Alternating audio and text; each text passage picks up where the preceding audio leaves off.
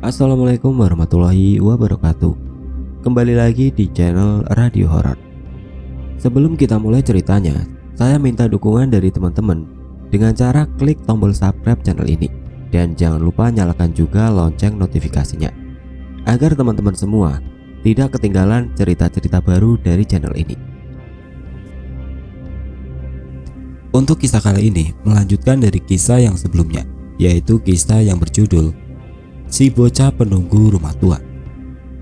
Dan bagi teman-teman yang ingin baca langsung cerita ini, silahkan kunjungi saja Twitter beliau, yang linknya nanti akan saya sertakan di kolom deskripsi. Dan seperti apa untuk kelanjutan kisah ini, langsung saja kita simak berikut ini. Sesampainya di rumah pukul 9 malam, Pak Rio pun langsung turun dan melihat-lihat isi kanan dan kiri rumah. Tomo yang merasa menjadi tuan rumah langsung membukakan pintu rumah dan membuatkan minum untuk Pak Yo. Pak Yo pun duduk dan mengamati sisi ruangan rumah. "Siapa yang punya rumah ini, Mo?" tanya Pak Yo. "Ada orang belakang, Pak. Lek Satyo namanya," jawab Tomo yang sembari menyuguhkan kopi yang sudah dibuatnya. "Weh, enak kopinya kayaknya nih," ujar Pak Yo mencairkan suasana agar tidak terlihat serius dan seram. "Jadi gimana, Pak?" tanya Tomo. "Sepengetahuanku, rumahmu ada kuburannya, Mo," terang Pak Yo. "Beneran, Pak?" tanya Tomo menyelidik. "Iya, cuma bukan kuburan biasa," jawab Pak Yo meyakinkan Tomo. Mendengar hal itu, Tomo langsung berpikir, apa mungkin ada kuburan keramat di rumahnya. Tomo hanya berani menebak-nebak dalam hati. "Tahu kuburan apa?" tanya Pak Yo. "Tahu, Pak," jawab Tomo. "Apa?" tanya Pak Yo lagi. "Kuburan Kluron apa, Pak?" Pak Yo mengangguk isyarat benar. Ternyata ada kuburan Kluron yang ada di rumah Tomo. Tapi kenapa dia menginginkan anaknya Tomo? Dan apa hubungannya dengan kuburan itu? "Hubungannya sama anakku apa ya, Pak?" tanya Tomo. "Itu yang harusnya kamu cari, Mo. Bocah ini gak bakal bisa pergi dari sini. Dia bakal tetap di sini. Coba kamu tanya yang punya rumah, ada apa sebenarnya? Aku yakin itu yang punya rumah ini pasti tahu. Setidaknya kamu tahu apa yang terjadi sebelum kamu tinggal di sini," terang Pak Yo. Dan Tomo hanya bisa diam, seolah mengiyakan ucapan Pak Yo. "Bocah itu gak bakal ambil anakmu. Tenang saja. Besok buatlah syukuran, rajin-rajin ngaji. Meskipun dia gak pergi, ya setidaknya dia gak manggil temen dan mengganggu. Insya Allah," terang Pak Yo menenangkan Tomo. "Baik, Pak," jawab Tomo singkat. Malam itu tidak ada yang terjadi. Menurut penuturan Tomo yang diberitahu Pak Yo, bocah kecil itu tidak menampakkan diri karena takut dengan penari yang Pak Yo bawa. Dan bocah tersebut hanya sesekali mengintip dari sebalik pintu kamar, terkadang pintu dapur. Tapi Tomo bersyukur bocah kecil itu tidak menampakkan dirinya hingga ia tidak bertambah kesal. "Besok aku akan kembali. Kau ganggu anak istriku, ku makan kepalamu," ujar Tomo lirih sebelum mengunci pintunya. Ucapan itu Tomo tunjukkan untuk anak kecil yang mengganggu anak istrinya. Sedangkan Pak Yo sudah berada di tepi jalan menunggu Tomo menutup dan mengunci pintu sebelum mereka meninggalkan rumah itu. Keesokan harinya, Tomo dan Vero kembali ke rumah mereka. Tomo mengajak sekaligus meminta ibu mertua untuk tinggal di rumahnya selama 1 minggu. Selain untuk menjaga Vero yang sedang mengandung dan perutnya yang semakin membesar, juga dapat membantu menyiapkan perlengkapan syukuran. Syukuran yang diadakan hanya mengundang beberapa tetangga saja, seperti pada umumnya. Dan memang selama Tomo dan Vero tinggal di sana, belum diadakannya syukuran atas rumah yang mereka tempat, walau hanya mengontrak. 3 hari kemudian diadakanlah sebuah syukuran untuk rumah tersebut. Selama 3 hari itu pula, tidak ada kejadian aneh yang terjadi di rumah tersebut. Tomo merasa heran, kemana anak kecil tersebut? Vero pun tidak melihat sosok Ayu selama kembali ke rumah. Mungkin dia sedang bermain. Setelah sholat Isya, beberapa tetangga sudah berada di rumah Tomo. Mereka pun disambut senyum bahagia oleh keluarga kecuali bapak mertua Tomo. Lantunan surat Yasin berkumandang merdu di setiap sudut rumah, bahkan terdengar hingga beberapa meter dari rumah. Seusai membaca Yasin dan berdoa, beberapa makanan pun dihidangkan untuk para warga. Menit berganti jam. Kini para tamu kembali ke rumah mereka masing-masing dengan senyum kenyang tentu saja. Tomo dan ibu mertuanya membereskan piring-piring yang masih tergeletak di bawah. Sedang Vero dilarang ibunya untuk membersihkan semuanya. Maklum, perutnya sudah besar, bergerak pun cukup susah. Jam menunjukkan pukul 10.40 malam. Ibu mertua sedang menyusun piring-piring yang baru saja ia cuci. Di tengah-tengah aktivitasnya, ia dikejutkan oleh suara tawa. Siapa lagi kalau bukan tawa anak kecil? Siapa itu? Tanya ibu mertua Tomo sedikit terkejut. Tidak ada jawaban, bahkan suara tawa itu menghilang. Tomo, kesini le. Lanjut ibu mertua memanggil Tomo. Gimana bu? Sahut Tomo. Itu anak siapa malam-malam cekikikan? Tanya ibu mertua. Sebut saja ibu mertua bernama Bucum. Anaknya orang sebelah paling bu. Belum tidur paling. Sudah, ibu temani Vero saja. Dia sendirian, ujar Tomo menenangkan Bucum. Sejujurnya Tomo tahu siapa itu, tapi tentu tidak mungkin untuk diucapkan yang sebenarnya. Meskipun Tomo sudah berkata sebelumnya bahwa rumahnya sedang tidak baik-baik saja. Bucum mengiyakan ucapan Tomo dan pergi menemani Vero yang sedang tertidur. Baru saja Bucum membuka pintu kamar, matanya dikejutkan oleh anak perempuan yang sedang asik mengelus-ngelus perut Vero. Sontak saja Bucum berlari menghampiri Tomo. Bocahnya balik. Mana bu? Tanya Tomo mendadak terlihat marah saat mendengar kata anak itu. Itu di dalam kamar, ujar Bucum. Tomo langsung berjalan cepat menuju kamar. Saat masuk kamar, tentu saja tidak ditemukan anak itu. Bu, tidur saja di sini. Biar aku tidur di depan. Kalau ada apa-apa, cepat teriak aja, ucap Tomo. Entah dapat pikiran dari mana, Tomo berinisiatif untuk memanggil anak tersebut menggunakan boneka yang ia dapat di gudang. Tomo keluar membawa segelas susu dan boneka. Ia taruh tepat di kursi teras. Tomo tidak pergi, melainkan menunggu anak itu datang. Hal tersebut ia dapat dari menonton film sebenarnya. Mana tahu berhasil, begitulah katanya. Sudah, sekarang sini dek, aku gak bakal makan kepalamu, kata Tomo berujar kepada anak kecil tersebut dengan mengucap bismillah sebelumnya. Cukup lama Tomo menunggu kedatangan anak kecil itu, namun sampai jam setengah 12 pun tidak kunjung datang. Tidak, Tomo tidak menyerah. Ia membuat kopi ke belakang agar tidak terasa mengantuk dan dapat menunggu kehadiran anak itu. Saat ia kembali dengan kopinya, apa yang ia lihat sungguh membuat ia tambah jengkel. Susu yang memang dihidangkan untuk anak itu mendadak habis tidak bersisa. Kesinilah dek, jangan malu, panggil Tomo dengan nada lembut dan menyeruput kopinya. Mungkin bagi orang awam dan normal, yang dilakukan Tomo adalah hal yang tidak masuk akal. Tapi tidak ada salahnya dicoba bukan? Demi anak tercintanya. Benar, ia tidak sia-sia. Di ujung pandangannya terlihat sosok siluet kecil dari kejauhan, perlahan mendekat dan semakin dekat.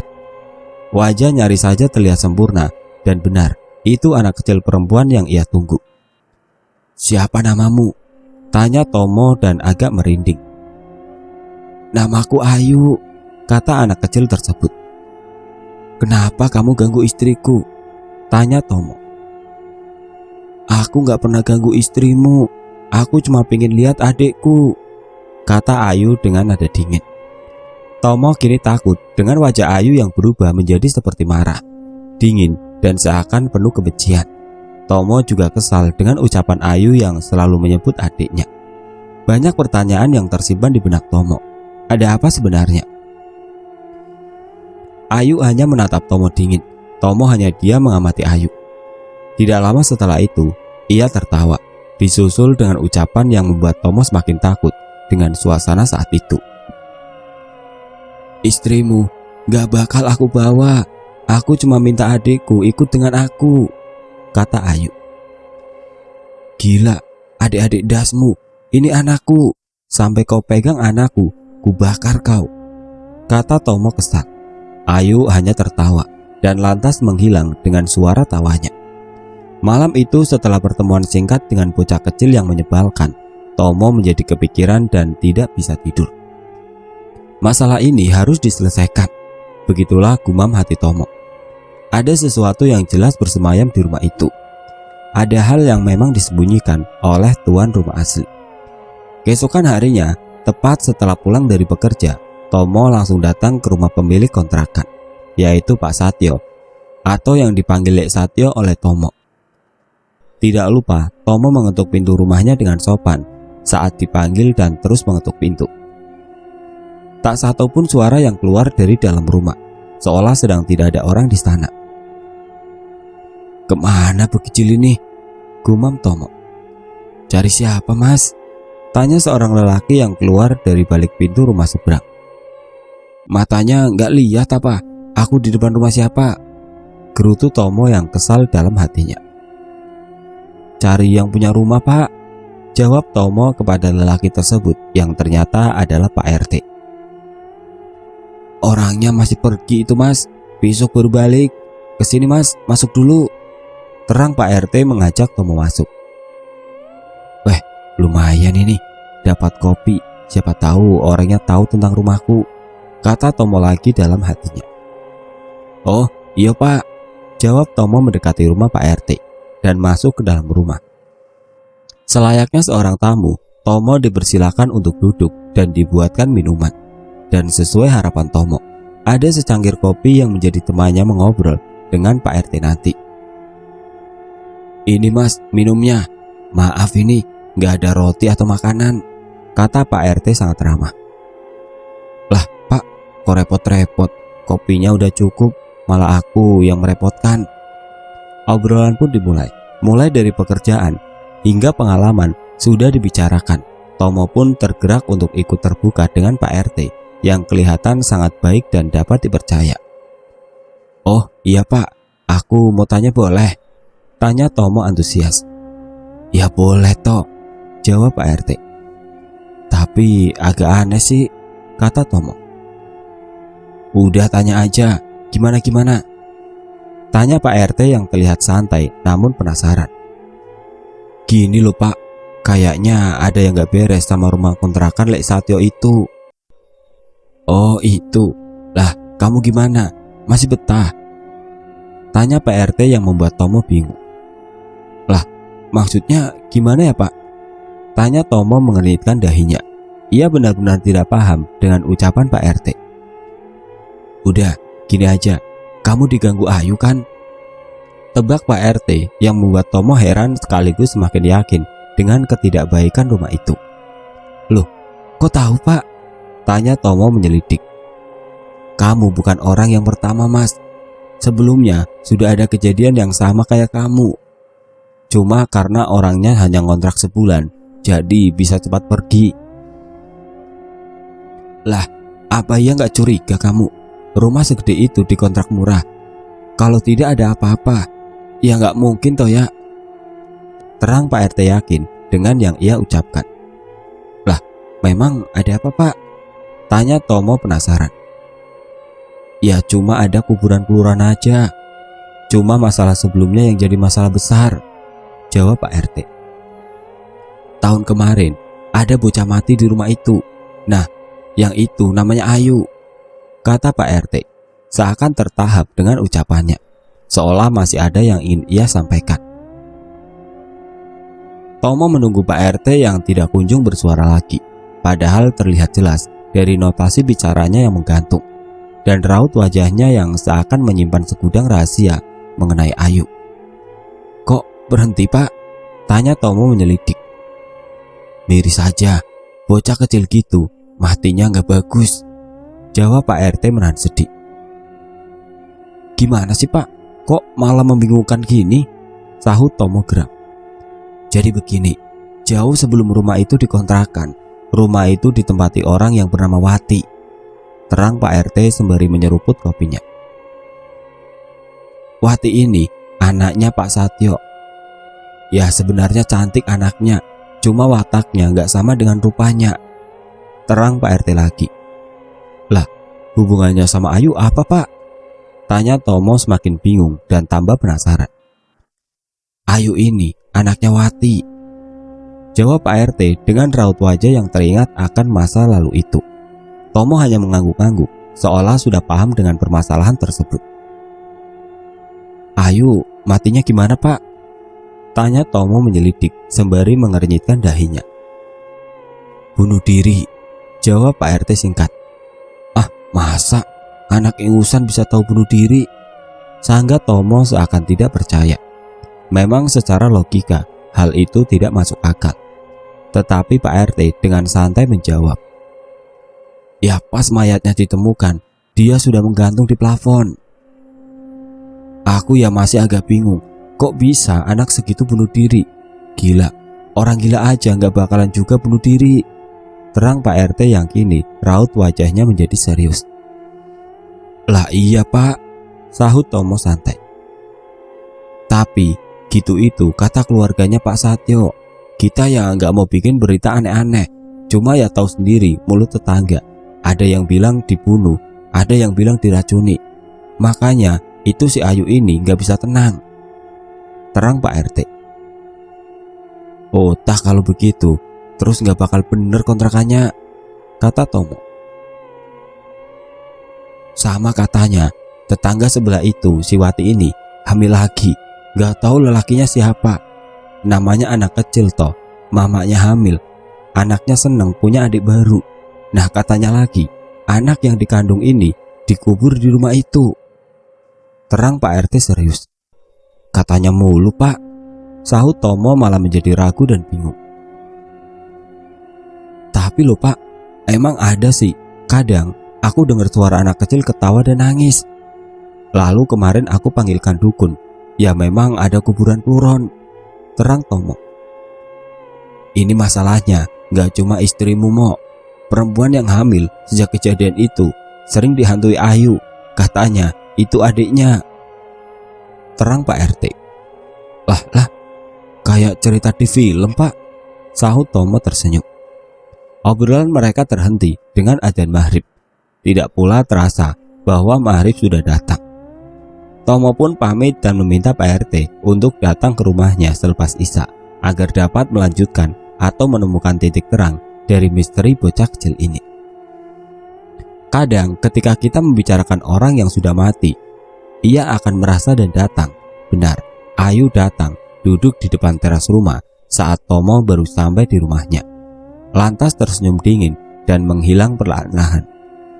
Tomo yang mengakui dirinya adalah pemberani, ia menjadi takut dan ngeri saat melihat senyum dingin dari sosok bocah kecil bernama Ayu ini. Raut wajahnya seakan menyimpan sesuatu, tapi Tomo hanya bisa menduga-duga tentang bocah ini. Adzan Isya berkumandang merdu di seluruh penjuru desa. Tomo dan Vero beserta ibu mertuanya melaksanakan sholat Isya berjamaah. Seperti biasa, seperti malam sebelumnya, setiap rakaat terakhir terdengar suara tawa anak kecil yang terdengar jelas seperti suara anak perempuan. Tomo dan Vero sudah menduga bahwa itu adalah Ayu yang selalu mengganggu setiap rakaat akhir. Namun beda dengan ibunya, ia hanya menduga itu adalah anak tetangga yang belum tidur dan masih bercanda dengan saudara atau orang tuanya. Salam penutup telah terucap. Lantunan doa ikhlas terucap dari lisan Tomo, lantas diaminkan oleh Vero dan ibu mertuanya. Selang beberapa saat setelah melaksanakan kewajibannya, Tomo duduk di depan TV dan Vero masuk ke dalam kamar yang ditemani oleh ibunya. Tak lama setelah itu, datanglah orang yang ditunggu. Pak RT datang dengan membawa bungkusan makanan. Cuma jajan, kata Pak RT yang sebelumnya sudah mengetuk pintu dan dipersilakan masuk oleh Tomo. Tomo pun ke belakang membuatkan kopi untuk Pak RT. Setelah kembali, Tomo mempersilahkan Pak RT untuk menikmati kopinya. Obrolan ringan dimulai hingga beberapa jam mereka berbicara ngalor ngidul, bercanda sesuka hatinya, tapi tetap tidak berusaha mengganggu yang sedang istirahat. Mereka pun kembali membahas pembicaraan mereka yang tadi sempat terjeda, yaitu mengenai Ayu. Saat nama itu disebut oleh Tomo, entah kenapa Tomo sendiri merasa suasana di rumah menjadi berubah secara mendadak. Seakan-akan dirinya sedang diperhatikan oleh banyak orang dan seakan menjadi pusat perhatian karena sebuah kesalahan. Belum ada yang berbicara setelah nama Ayu terucap. Hening seketika. Begitu pula Pak RT. Wajahnya mendadak menjadi pucat ketakutan. Matanya menerawang ke setiap dinding dan sudut rumah, berusaha lagi mendapatkan sesuatu. Lebih tepatnya memastikan kalau tidak ada apa-apa. Saat mata mereka beradu pandang seolah film India, barulah keluar suara dari mulut Pak RT. "Kok tiba-tiba menakutkan ya, Mo?" kata Pak RT sembari memeluk tubuhnya sendiri. "Iya Pak, suasananya jadi ngeri. Jancuk, kok aku jadi penakut sih?" jawab Tomo juga sama sembari memeluk tubuhnya sendiri. Kembali tidak ada suara yang terdengar. Tidak ada sama sekali. Bahkan suara jangkrik pun tidak terdengar. Lantas kesunyian itu malah dipecahkan oleh suara tawa dan jeritan dari luar rumah. Tomo dan Pak RT terkejut mendengar hal itu. Buru-buru mereka beranjak dari tempat duduk dan melihat dari balik tirai jendela. Apa yang mereka dapat? Ternyata nihil. Namun suara tawa itu masih terdengar dan sangat mengganggu sekali. Kebetulan pula Vero dan ibunya sudah tertidur pulas. Suara berdesis dari luar rumah. Suaranya seolah mengisyaratkan mereka untuk diam. Padahal mereka tidak bersuara sama sekali. Hanya suara angin yang terdengar. Selaras dengan menghilangnya suara mendesis itu, pintu rumah mendadak terbuka dengan sendirinya. Perlahan namun pasti, pintu itu seakan terbuka dengan mulus dan perlahan terbuka semakin lebar. Sontak saja, melihat hal ganjil itu, Tomo dan Pak RT beradu pandang. "Mo, apa itu tadi, Mo?" tanya Pak RT yang gemeteran. Keringatnya sudah mulai keluar dari sela-sela pori kulit dahinya. Padahal malam itu sangat dingin sekali. "Gak tahu Pak," kata Tomo singkat. Mereka pun memutuskan untuk mendekati pintu dan memeriksa. Mungkin itu orang iseng, yang sepertinya tidak terlintas sama sekali di otak Tomo. Pikirannya hanya ada Ayu. Saat mata kedua lelaki tersebut menerawang kegelapan di depan pintu rumah dan berjalan pelan menuju teras, tidak disangka pintu rumah mendadak ditutup secara dibanting. Suaranya keras sekali. Tomo langsung bergegas menuju knop pintu. Heran dan aneh, pintu pun seperti dikunci tidak bisa dibuka. Tomo tidak berhenti mencoba membuka. Selaras dengan itu pula, suara jeritan keras seakan kesakitan terdengar keras dari dalam rumah. Dan Tomo kenal suara itu. Itu Vero. Tomo menjadi panik. Ia mencoba untuk mendobrak pintu rumahnya. Nihil, tidak membuahkan hasil. Tomo berlari menuju ke jendela kamar. Dek, ada apa? Kok teriak? Bukakan ini, teriak Tomo dari luar. Syukurlah jendela bisa terbuka. Vero ada di depan Tomo saat ini, terisak tangis dan takut. Tomo langsung meloncat lewat jendela, memeluk tubuh sang istri. Apa yang terjadi? Ibu Vero berdiri sembari melotot menuju Vero dengan tatapan bengis. "Ada apa, Dek?" tanya Tomo kepada Vero. "Nggak tahu Mas, tiba-tiba saja Mama neken perutku, sakit, makanya aku teriak," terang Vero masih dalam tangis dan pelukan sang suami. "Sebentar Mo, aku panggilkan Pak Ustadz saja," kata Pak RT yang bergegas pergi tanpa menunggu jawaban Tomo. "Kamu Ayu?" kata Tomo kepada sosok yang ada di dalam tubuh mertuanya. Ia hanya mengangguk, lantas tersenyum dingin. Dan Tomo yakin benar kali ini senyumnya sama dinginnya seperti yang sering ia lihat. "Sebenarnya, apa maumu? Ini istriku, ini anakku, bukan adekmu," bentak Tomo yang membuat perubahan pada wajah ibu mertuanya. Sosok itu seakan tidak terima dengan ucapan Tomo. Ia mulai mendengus dan perlahan mulai menangis, serupa anak kecil yang direbut paksa mainannya. Tomo yang tidak tahu berbuat apa, hanya bisa memeluk untuk melindungi istri dan anak tercintanya. Selang beberapa saat, Pak Ustadz pun datang. lebih tepatnya orang yang dituakan dan sering menjadi imam di masjid. "Mok, ini ustadznya, Mbah Sugi namanya," kata Pak RT dengan nafas yang masih tersegak. "Bawa keluar istrinya, Mas," kata Mbah Sugi. "Gak bisa, Mbah, pintu depan gak bisa kebuka," jawab Tomo. "Sudah, nurut aja, bisa," kata Mbah Sugi.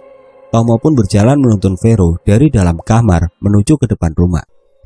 Sosok Ayu yang ada di dalam tubuh ibu mertuanya pun ikut berjalan mengikuti Tomo dan Vero dan masih dalam keadaan menangis. "Kamu di sini saja, gak usah ikut keluar, bocah bandel," bentak Mbah Sugi.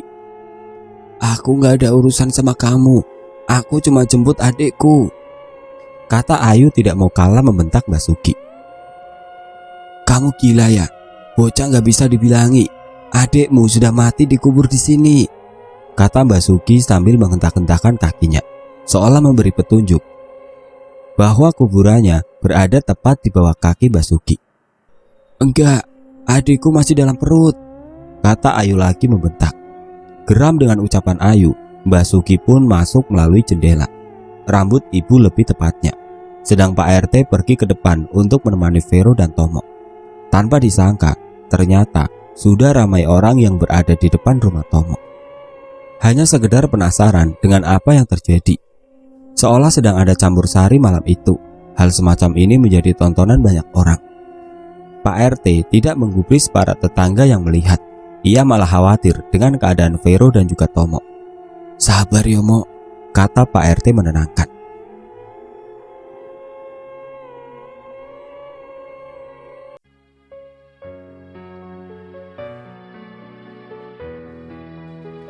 Oke teman-teman, sampai di sini dulu ceritanya.